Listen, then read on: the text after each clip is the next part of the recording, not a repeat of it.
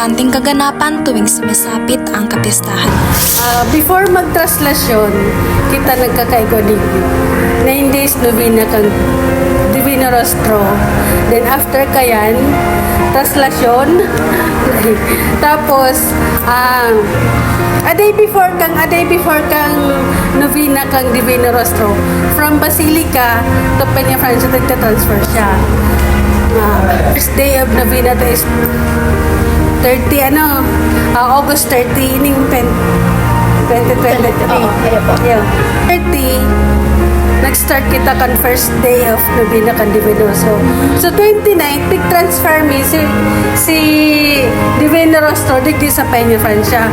From Basilica to Peñafrancia Shrine, procession, land procession, Peñafrancia Shrine. Iyo. After yan ng 5 o'clock mas ng Basilica. So ang nagbubuhat kayan, mga kapadian. Iyo. Mga kapadian.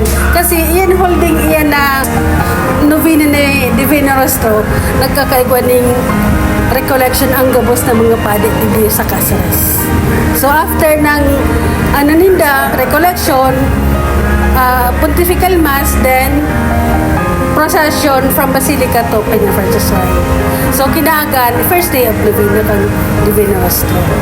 Kan September 8 naman, nag-first day at the same time, traslasyon, pigdarami naman si Peñafrancia, tama, first day of novena. Dinarami naman si Peñafrancia image kang Basilica to Peñafrancia Shrine, pero doon procession. Meaning, 3 o'clock in the morning siya dinadala dito from Basilica. Kasi si Ina, yun talaga siya sa Basilica. Nakastay. So, pag-abot digdiyo, procession kami from Basilica to Peñafrancia Shrine, novena ni Peñafrancia. So, continuous na kayan ang misa, pontifical mas kita kayan dahil rayaw na din si mga bishops bishop kang Bicol Region. Masbate, Sorsogon, Legazpi, Catanduanes, Libmanan, Casares. So, para may kipag-celebrate sa pag-procession. Then, Peñafrancia Shrine to Cathedral. Inapot ang traslasyon. Bagaman, by land procession. So, dadarahon si Ina duman sa Cathedral, ma-stay naman siya duman ng 9 days. Kasi 9 days, novena duman. So, after 9 days, paprocession naman siya hanggang duman sa may dandugan niya. Duman na start naman ang fluvial procession by river. Pabalik naman yan sa Basilica. Yun na yan ang inapot ang Saturday, fluvial procession. Pag fluvial, may oras po ba yung pabalik sa Basilica? Especially pag halimbawa, dapat malarga si Lining Pagoda halid duman, pa Basilica, dapat high tide ang tubig. Kasi pag low tide dyan, dahil malarga, dahil pag low tide siya, dapat may tala halimbawa dahil nag-urade, dapat bukasan si dam para magdakul ang tubig. Ate, natotoo dapo na garo sa pag-fluvial, si Ina lang dapo ang babae? Yes. Kasi ang pinaka dyan is siya ang pinaka main focus sa iyang kapistahan. Totoo dapo itong malubog kung may babaeng Daiman. Nagdadangog niya. Mayog man. Mga na lang yan, mga huruding-huding na sana yan.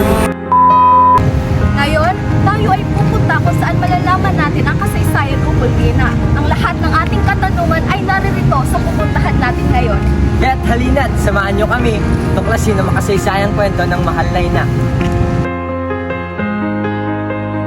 Narito tayo sa Our Lady of Peñafrancia Museum, located at Peñafrancia Avenue, Naga City. At dito tayo mananaliksik ukol sa history ni Ina. Sa bungad ng museo, makikita natin ang bulletin kung saan nakalagay ang lahat ng makasaysayang kaganapan sa tuwing sumasapit ang Peñafrancia Festival. Sa ikalawang palapag, makikita natin ang Our Lady of Peñafrancia Museum Diorama kung saan makikita natin ang replika ni Ina at ang kanyang mga kagamitan na ginamit noong kapanahonan. Kagaya na lamang ng crown at aureola. Upang tayo'y lalong malinawan, narito ulit si Ate Rosetta upang ipaliwanag ang korona at aureola ni Inang Peña Francia. Yola digdi, yan si mga ginaramit katong before mag-centennial siya. Centennial. 300 years ni Peña Francia. Kaya itong year 2010. Every year may nagtatao sa tuya ni set of crowns, aureolas, yan. Yun yun ang mga ginaramit. Ngunyan, yan mahiling nyo may 24 stars. Yan si ginamit kay itong 300 years ni Peña Francia.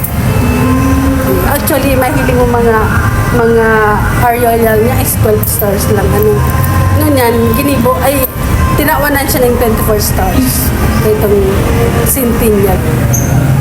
Sina, baga permi kay ibadan yung sintinhan. Isa yung ako. So, yaw siya dyan. Yun yung inapot din. Yan ang sinag. Ang apot na baga kayong sinag. Sa to yung apot na kayan, Rostalya? Oo, Rostalya. Yun ang frontal, kumbaga, plancha de ora na inaapot. Sa pagbaba, makikita natin ang iba-ibang manto o mantel ni Ina. Alam nyo ba na ang manto or mantle is placed above the head of her devotees while they pray for her intercession? Healing, protection, and other sorts of miracles are given through the intercession to Our Lady of Peña Francia. Many prayers are answered through the intercession of Ina in this devotional act. It also gives a feeling to the devotees an intimate connection to Our Lady of Peña Francia. Ngayon, tayo ay mag-explore at tuklasin ang pagdating ni Inang Peña Francia sa lungsod ng Naga.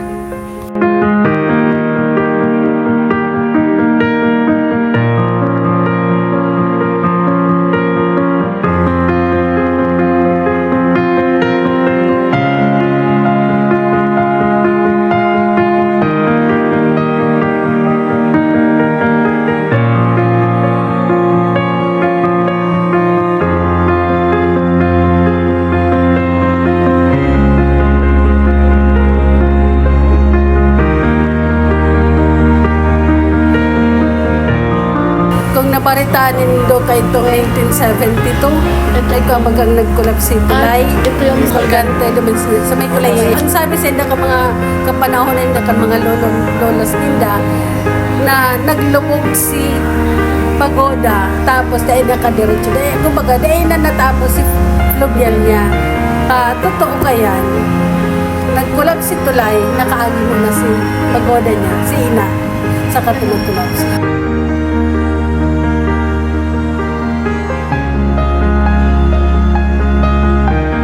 Francis Ryan 1981. September 16, 1981, kan pag bukas na kan sa Kristan Mayor dito sa Peña Francia. Dati ka mapamo na Basilica rin. So yaong paligid sa Peña Francia. Sa original. Kapag bukas kan sa Kristan, hiling niyo, mayo na sa altar sila. So, pinaaram niya sa bishop. Kanto that time, ang bishop digdiyo, ay ang Paris Presbytery sa Bishop Balsec. Sophia Balsec. Ayun, siya ang bishop dyan. Then, iyon ito hinanap, ano ng mga polis, ibig sa laro kayan. Ngunyan, pag-abot nila naman sa may sementeryo, naman sa nakuha naman si Bado ni Ina. Meaning, naghapon kan si Mahintang Peña Francia, dahil sila nag-aaram na dardara si Ninda si Ina, mahit na palang Bado, na nakasabit na naman sa may sementeryo.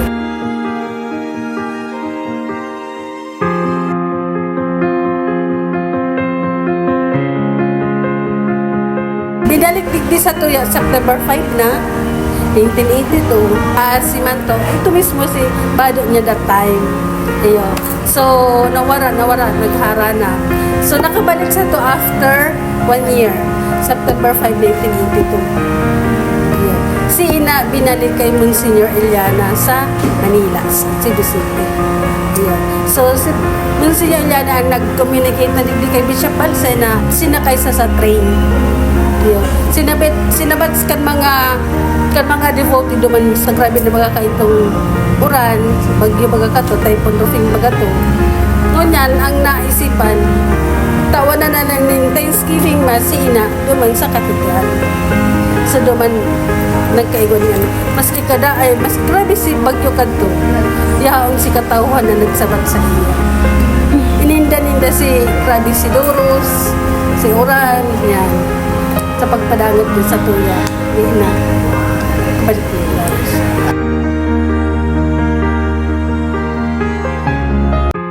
Ito ang pagoda na ginagamit ni Ina pag sumasapit na ang fluvial procession. Alam niyo ba na ang pagoda ni Ina ay manual lamang at ang nagsisilbing lakas upang hatakin ang pagoda ay ang mga deboto ni Ina?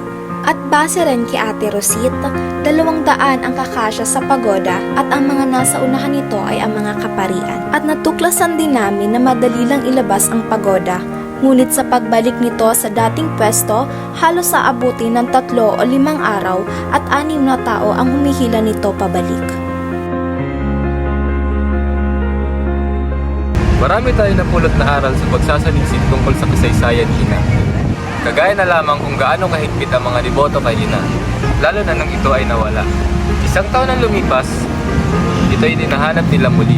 Kapila ng insidente na maraming nasawi, hindi sila nagpatinag. Patuloy pa rin sila namamanata at naniniwala kay Ina.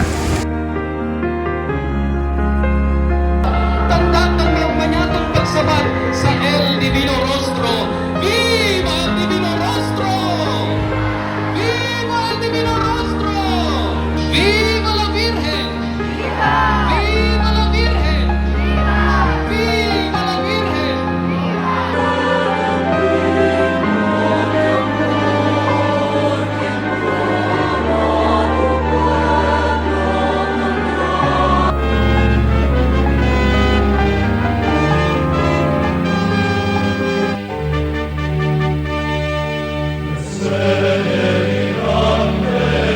Ang mga tao sa Pilipinas ay mga relihiyoso o mga nananampalataya sa mga imahe na may mga nagpakita ng kagandahang asal at kahangahangang gawain na naging dahilan upang sila ay maging san. Katulad ng tinaguraang ina ng Bicolandia, ginabayan tayo at tinulungan upang malampasan ang mga hamon sa buhay, kung kaya't siya ang tinaguriang nag-iisang reyna sa Kabikolan.